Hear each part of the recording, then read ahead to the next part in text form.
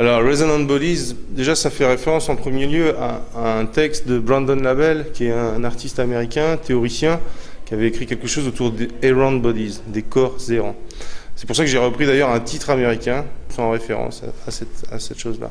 Resonant Bodies, c'est les corps, nos corps, mais c'est aussi les corps résonnants, c'est-à-dire les corps qui sont autour de nous, les architectures.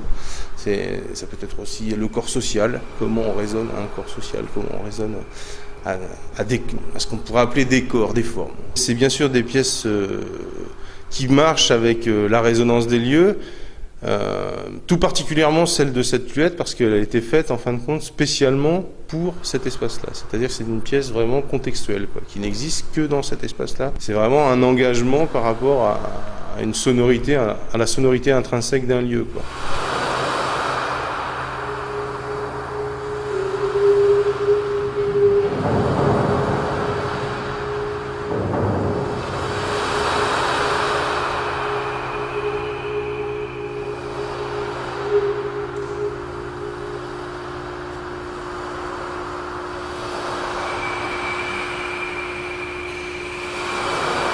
Wendy Choi, c'est la disciple de la Monte-Young et Marianne Zazzila. La Monte-Young qui est le fondateur de la musique minimaliste, un des fondateurs de la musique minimaliste américaine, et qui ont eu comme maître Pandi Pranat, qui était un chanteur d'Inde du Nord, qui chantait le chant Kirana Garana.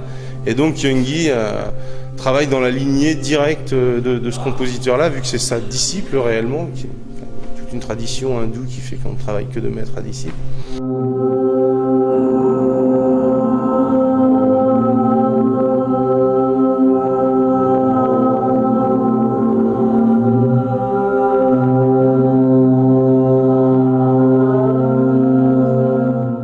Oui, c'est une invitation à...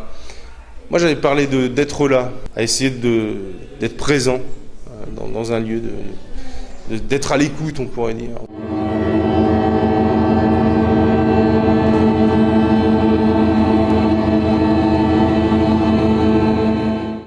J'avais envie de montrer des pièces qui font plus appel au sens qu'à l'intellect en premier lieu, quoi. Pour moi, c'est des outils, ces choses-là, quoi. C'est des outils qui nous permettent peut-être de percevoir le monde d'une autre manière, quoi.